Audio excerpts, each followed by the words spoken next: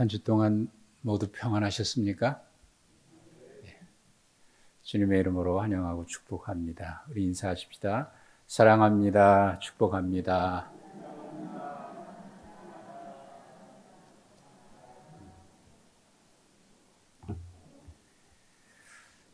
혹시 여러분은 요즘 최근 핫 이슈인 오징어 게임이라고 하는 드라마를 보셨습니까? 아마 이 자리에 계신 분들 중에는 아마 상당수가 보시지 못했을 것 같아요. 넷플릭스라고 하는 저도 생소한 그런 말이었고, 이 언론에 자주 얘기는 되지만 이거 어떻게 보는 건지, TV를 틀면 나오는 건지 생소한 그런, 요즘에는 유튜브가 익숙해진 지 얼마 안 됐는데 또 넷플릭스라고 하는 그것에 접하게 됩니다. 저도 이 드라마는 보지 못했어요. 하도 얘기가 많길래 요약된 것을 한번 볼 수 있는 기회가 돼서 봤는데, 생소하고 그렇긴 하지만 거기에는 우리에게 아주 친근한 것들이 많이 있어요. 어렸을 때 추억이 깃든 놀이들입니다.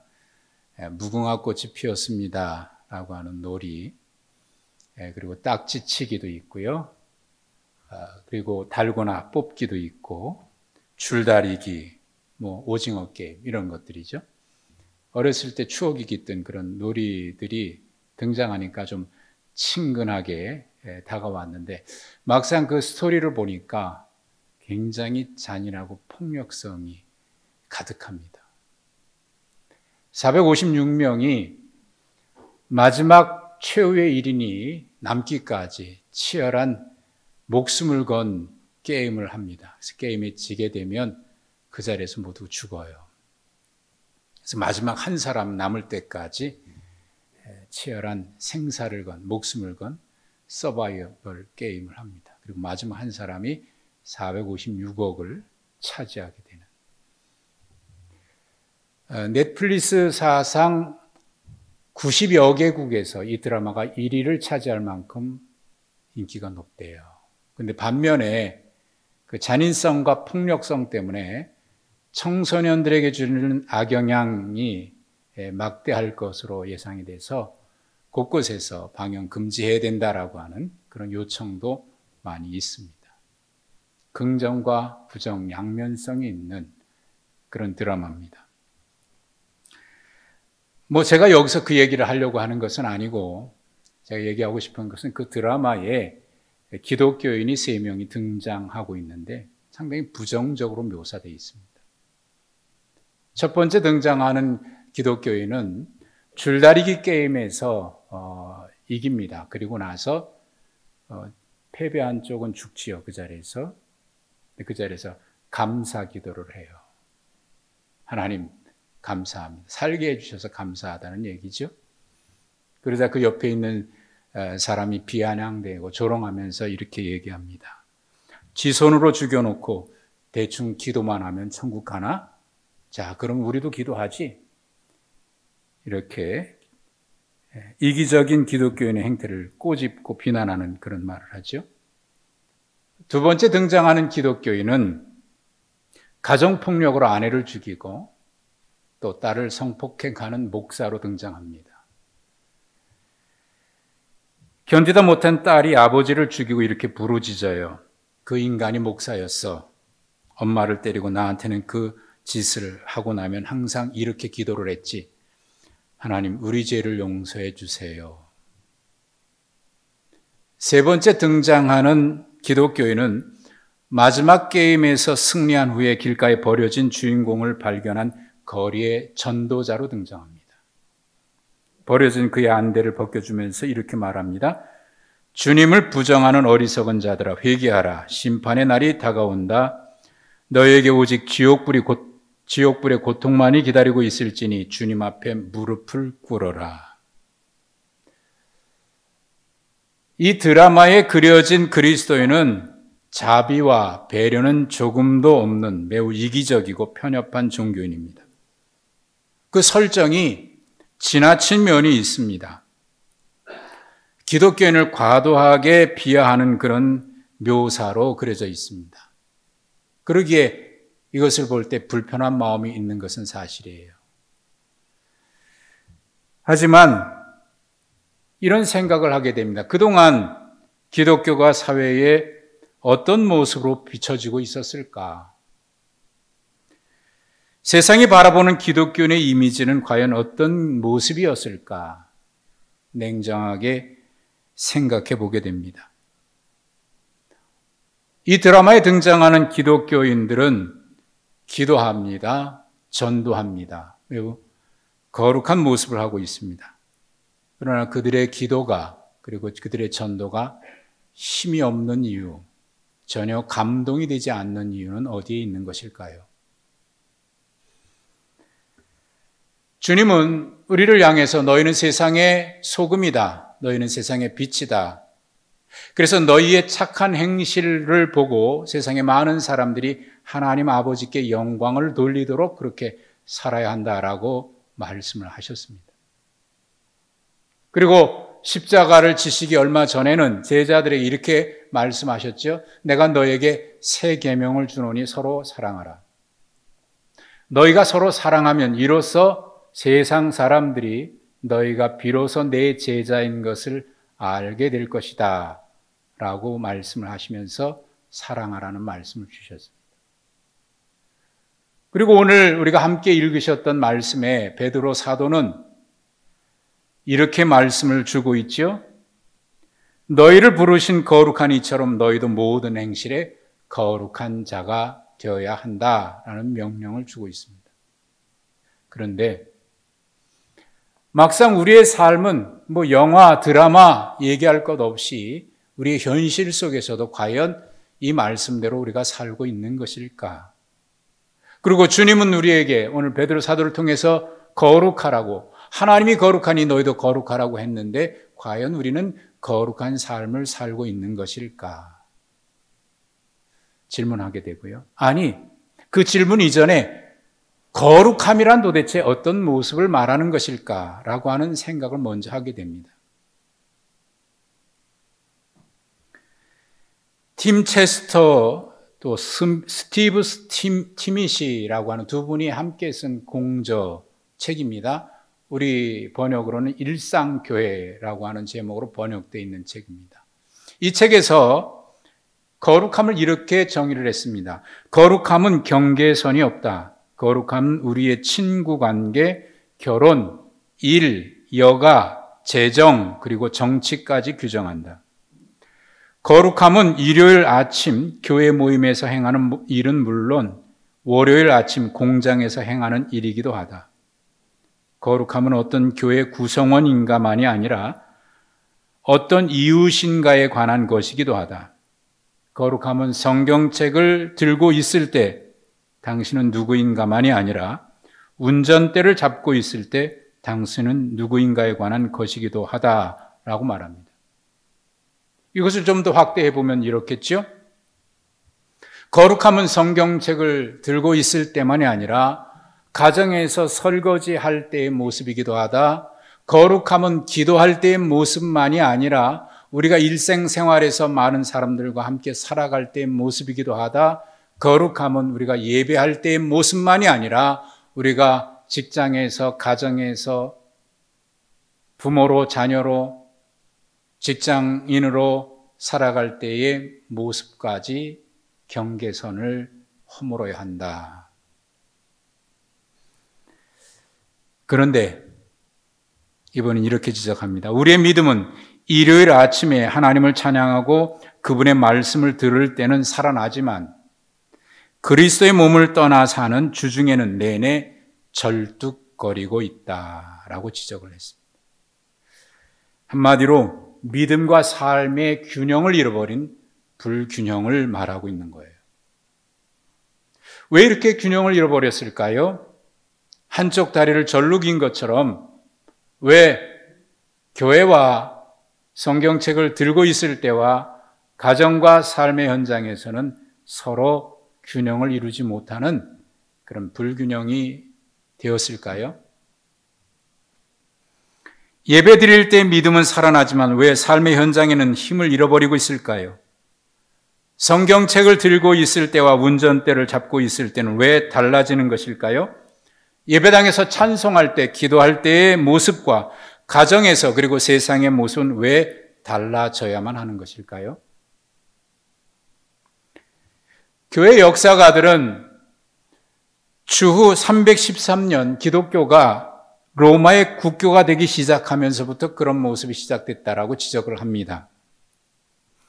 로마의 황제가 기독교인이 되고 권력을 쥔 사람들이 기독교인이 되면서 기독교인에게는 국가적으로 사회적으로 많은 혜택이 주어지게 됩니다. 그러자 그동안 움츠리고 있었던, 박해시대에 움츠리고 있던 사람들 가운데 기독교인이 되겠다고 교회에 들어온 사람들이 늘어났습니다. 그들은 예수님이 전파하는 하나님 나라의 복음이 아니라 황제와 국가 권력이 주는 복음인 출세와 성공, 부와 권력 때문에 기독교인이 되기로 작심한 것입니다.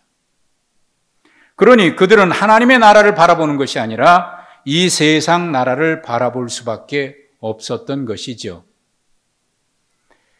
한국교회도 그런 길을 걸어왔습니다. 언제부턴가 한국교회는 이 사회에서 다수를 차지하는 힘 있는 세력이라고 생각하고 있는 듯합니다. 그래서 세상에 대해 우리의 힘을 보여주어야 한다는 생각을 갖고 있는 것 같습니다. 마치 기독교가 이 국가 교회인 것처럼, 종교인 것처럼 그렇게 말이죠. 우리는 당연히 그렇게 누려야 한다라는 생각을 가지고 있는 듯합니다.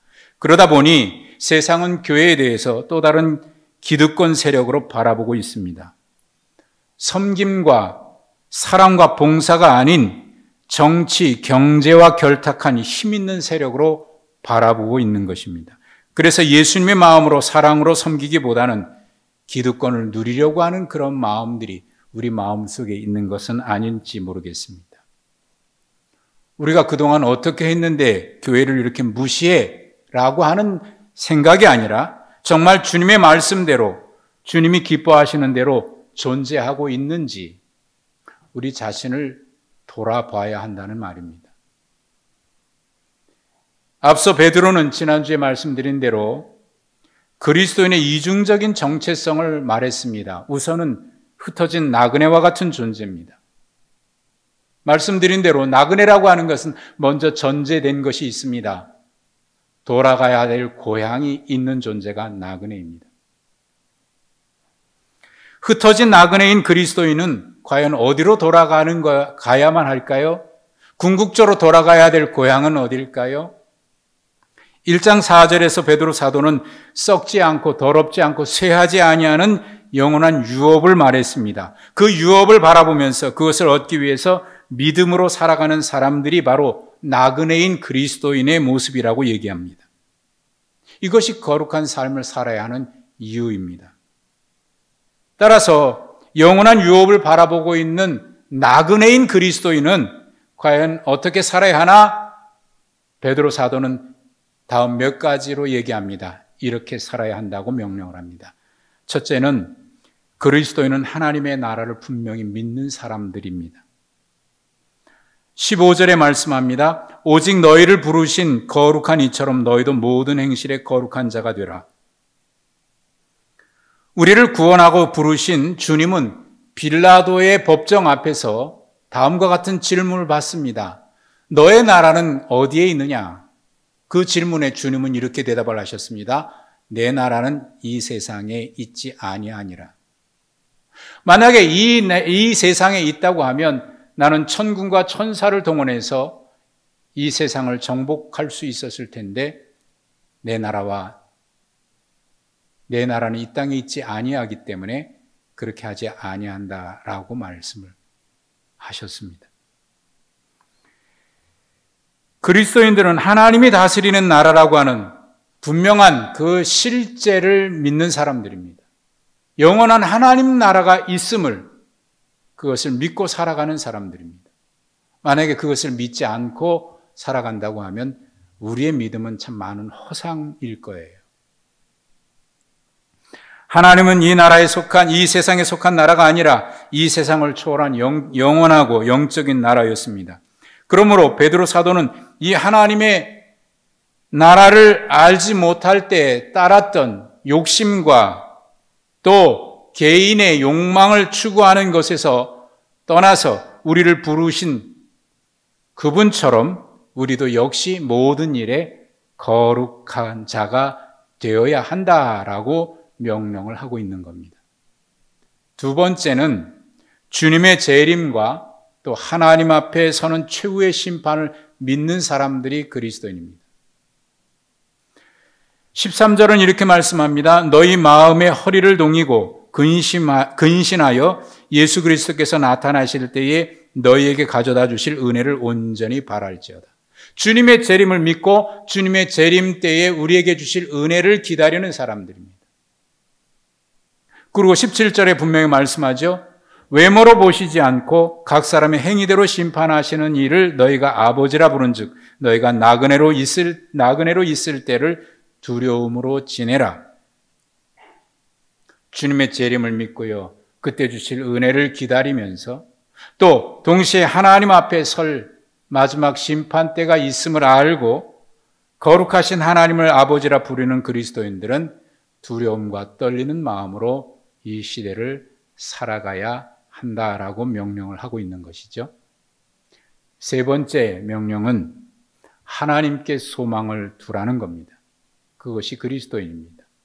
21절입니다. 너희는 그를 죽은 자 가운데서 살리시고 영광을 주신 하나님을 그리스도로 말미암아 믿는 자니 너희 믿음과 소망이 하나님께 있게 하셨느니라. 하나님께만 소망을 두는 사람들. 지난주에 사도 베드로는 그래서 그리스도에는 산 소망을 가지고 있다, 살아있는 소망을 가지고 있는 사람이다 라고 이야기를 했습니다. 그래서 교회는 산 소망 공동체라 지난주에 내가 말씀을 나눴습니다.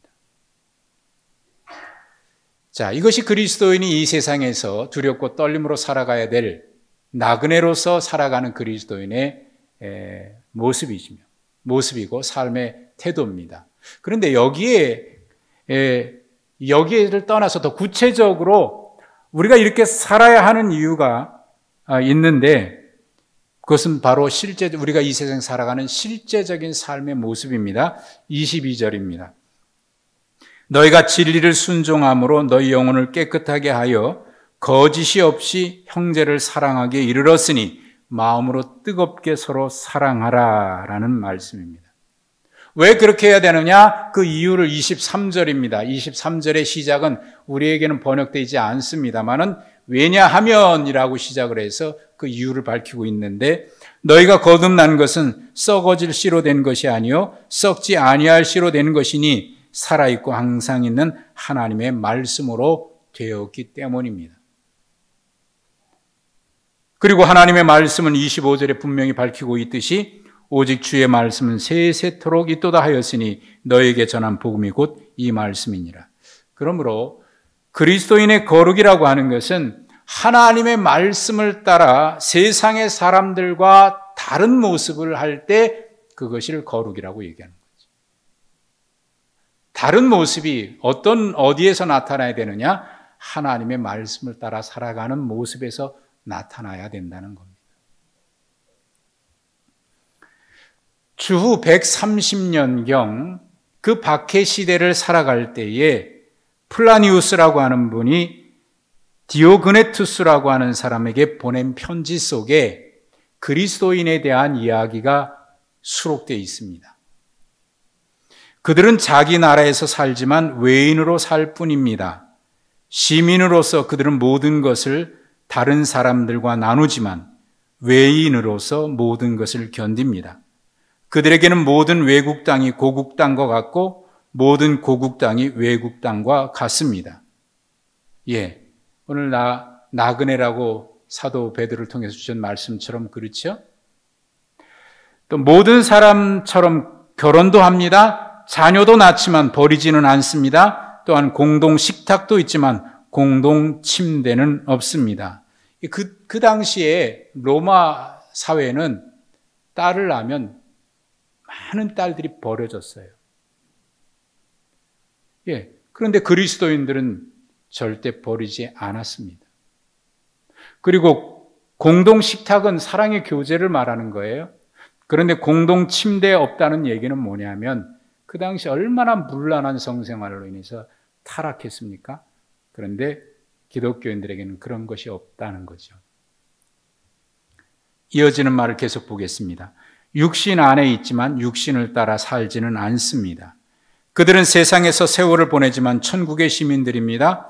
규정된 법률에 복종하는 동시에 자신의 삶을 통해서 법률을 뛰어넘습니다. 모든 사람을 사랑하지만 모든 사람에게 핍박을 받습니다. 제대로 알려지지 않은 상태에서 비난을 받습니다. 죽임을 당하지만 부활합니다. 가난하지만 많은 사람을 부유하게 하고 모든 것이 부족하지만 모든 것에서 넉넉하게 살며 멸시를 당하지만 바로 그 멸시 속에서 영광을 얻습니다.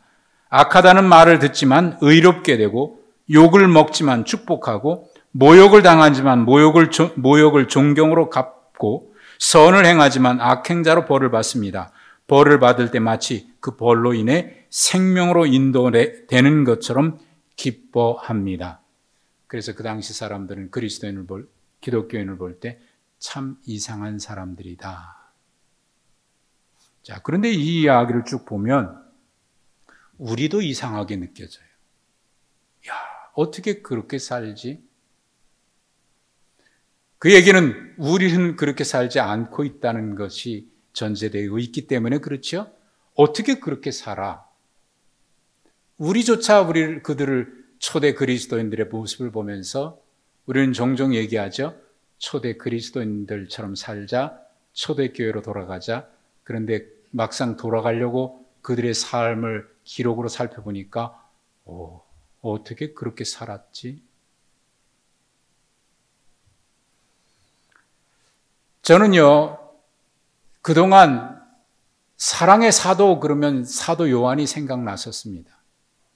그런데 이번에 베드로 전서 후서를 살펴보는 가운데 제 생각이 좀 달라졌어요. 물론 사랑의 사도 요한이 사랑의 사도인 건 맞습니다. 그런데 베드로서를 보면서 베드로도 역시 사랑의 사도였다는 생각을 새롭게 발견했습니다. 오늘 말씀의 사도 베드로는 우리는 서로 사랑하기 위해서 거듭났다고 말합니다. 하나님의 거룩한 백성, 그리스도의 신부, 새로운 가족이 되기 위해 우리는 구원받았습니다. 그러므로 뜨겁게 서로 사랑해야 한다라고 명령합니다. 사실 베드로는 주님을 생각할 때 그의 가슴에 뜨겁게 남아있는 것이 있다면 주님의 사랑이었을 거예요. 주님을 배반하고 도망갔을 때 포기하지 아니하고 끝까지 찾아오셨죠. 갈릴리 호수에서 물고기 잡고 있을 때 호숫가에서 고기를 숯불에 구워놓고 기다리시면서 제자들을 부르셨습니다. 베드로가 가장 먼저 달려와서 그 숯불에 구워있는 생선 앞에 앉았을 때 그 숯불을 마주대하고 주님과 마주 앉았을 때 그는 아무 말을 할 수가 없었습니다. 성경은 묘사하고 있지 않지만 베드로의 눈에는 뜨거운 눈물이 흘렀을 겁니다. 그는 그 자리에서 뜨거운 주님의 사랑을 경험했습니다. 그리고 베드로에게 다시 질문할 때도 역시 사랑에 질문합니다. 네가 나를 사랑하느냐? 질문합니다. 자신이 없었지요. 그러나 분명했습니다. 주님의 사랑이 벗으니 나도 주님 사랑하고 있는 줄 주님이 아십니다. 그 이후 그는 사랑이 무엇보다 중요함을 깨달았습니다. 그래서 베드로 전서 후서에서 계속 강조하고 있는 내용이 사랑인데 오늘 22절에 마음으로 뜨겁게 서로 사랑하라 기록하고 있고 2장 17절에 무사람을 공경하며 형제를 사랑하며 또 4장 8절에는 무엇보다 뜨겁게 서로 사랑할지니 사랑은 허다한 죄를 덮느니라. 무엇보다 베드로 자신이 그걸 알았어요. 그 사랑 때문에 자신의 죄가 덮여졌음을 알았습니다.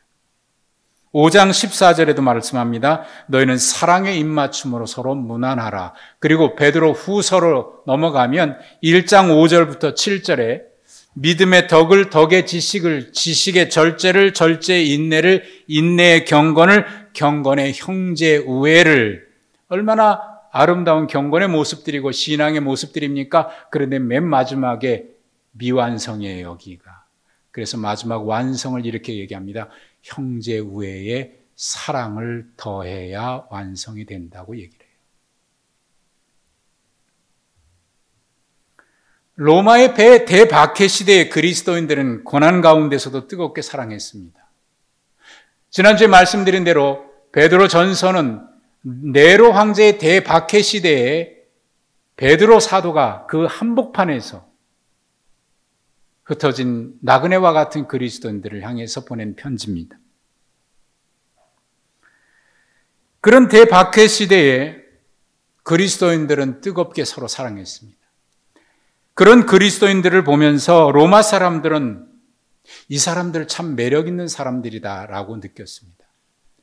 기독교인이 누구인지, 그리스도가 누구인지 아직 제대로 알지 못할 때에 몰랐지만 그들의 삶을 보면서 야, 저들의 삶은 우리와 뭔가 다른 매력이 있네?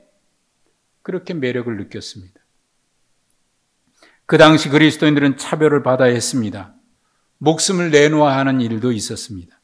그럼에도 박해 시대에 기독교가 빠르게 성장할 수 있었던 것은 사람들이 볼 때 그들은 매력 있는 사람들이라고 느꼈기 때문입니다. 주후 200년 아프리카에 살았던 한 그리스도인이 한 이야기입니다. 우리의 숫자가 날마다 증가하는 것은 실수가 아니라 좋은 증거입니다. 무슨 증거요? 삶의 아름다움이 교인들을 인내하게 했고 낯선 이들이 참여하게 합니다. 우리는 위대한 것을 설교하는 것이 아니라 위대한 것을 살아가고 있습니다. 그래서 초대교회 그리스도인들은 이렇게 고백을 했습니다. 우리의 설교나 말 또는 우리의 예배가 교회를 성장하게 하는 것이 아닙니다. 하나님의 능력과 변화된 사람이 사람들을 신앙으로 이끄는 것입니다.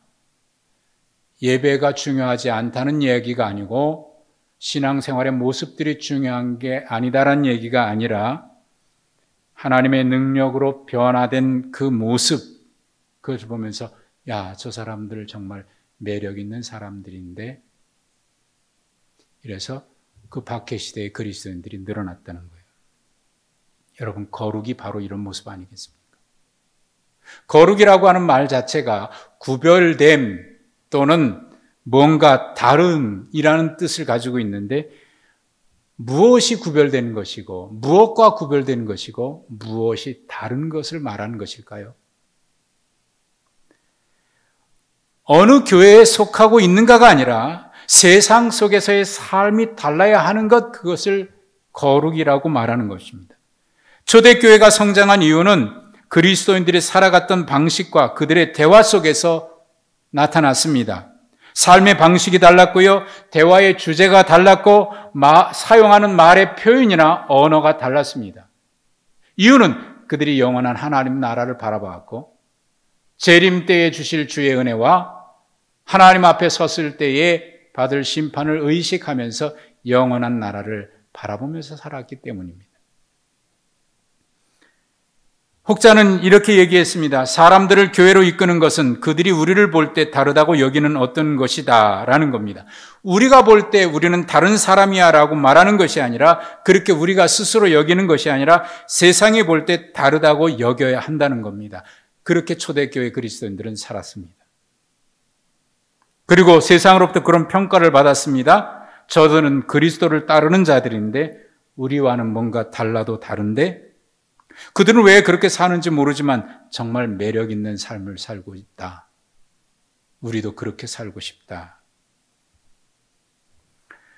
사람들이 부러워하는 것은 우리가 누리는 권력이나 출세나 성공이 아니라 우리가 살아가는 모습을 보면서 야, 정말 매력 있는 사람들이다 라고 느낄 수 있어야 하고, 뭔가 다른 것을 추구하는 사람들이라고 하는 평가를 들을 수 있어야 합니다.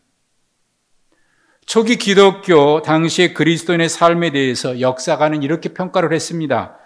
초대교회 그리스도인들은 사회적 또는 문화적으로 힘이 없고 경제적 능력도 없다. 그러나 그런 사람들이 다른 사람들의 관심을 끌었다.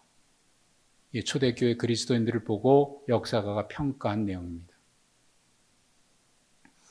오징어 게임에 등장하는 기독교인,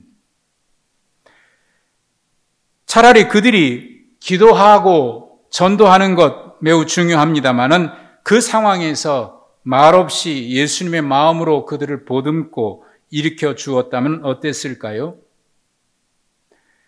겉으로 보이는 거룩한 기도가 아닌 사랑으로 위로하고 사랑으로 희생하는 모습, 그런 모습이 오히려 힘있고 감동을 주는 거룩이 아닐까요? 오늘 우리 시대에 요구되는 모습입니다.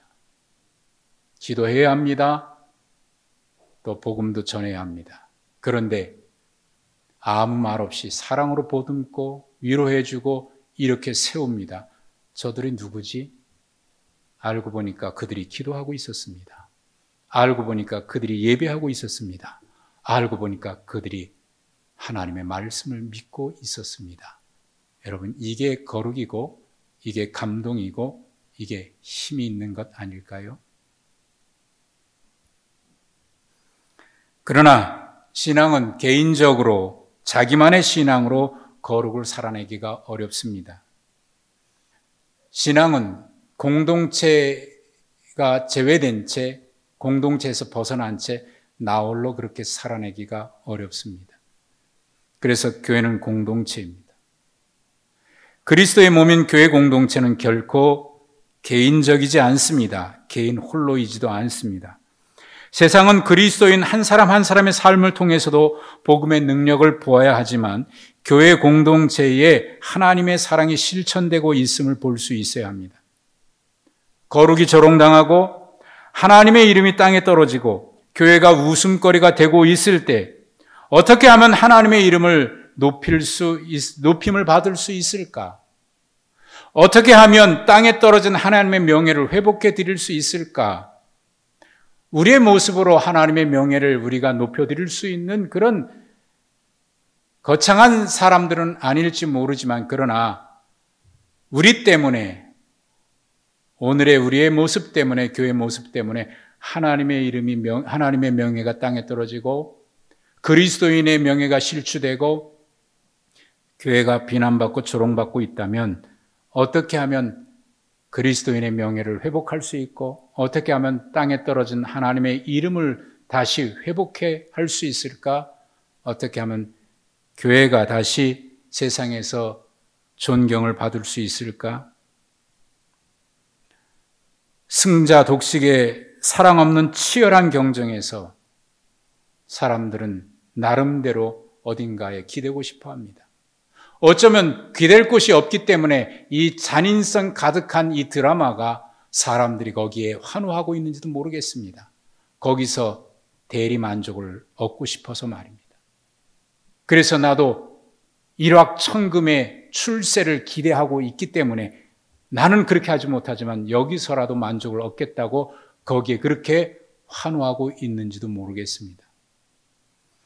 그렇게 치열한 경쟁에서 위로하고 싶을 때 어디 가면 받을 수 있을까? 혹 교회 가면 세상과 다른 모습이 있으리라 기대하고 교회에 왔을 때 마음으로 뜨겁게 사랑하고 희생하고 헌신하는 모습을 볼 수 있어야 하지 않겠습니까? 교회가 거룩한 공동체가 되어야 하는 이유가 바로 여기에 있습니다. 이 치열한 승자 독식의 경쟁을 끊어버리고 따뜻한 사랑의 공동체를 이루어가는 그 일, 그것이 교회가 이 땅에 있어야 하는 이유고 교회는 거룩한 사랑의 공동체이어야 하는 이유가 바로 여기 있습니다. 50주년을 맞이하는 우리 교회가 그렇게 거룩한 사랑의 공동체가 되기를 간절히 소망합니다. 우리 모두가 힘을 모아서 그렇게 살아낼 수 있기를 간절히 소망합니다. 하나님 아버지, 은혜와 사랑을 감사합니다. 우리를 하나님의 거룩한 자녀로 부르시고 영원한 기업을 물려받을 하나님의 백성으로 삼으셨습니다. 그리고 주의 몸된 교회의 거룩한 공동체의 지체로 우리를 부르셨사오니 하나님, 부름받은 저희가 하나님께서 우리에게 요구하시듯 주님 닮아 우리도 거룩하게 하시고 그 거룩이 이 땅의 삶의 모습 속에서 하나님의 영광을 드러내고 실추된 복음의 능력을 회복하고 땅에 떨어진 하나님의 명예를 회복해 드릴 수 있는 거룩한 삶으로 나타날 수 있게 하여 주옵소서. 예수님의 이름으로 기도하옵나이다. 아멘.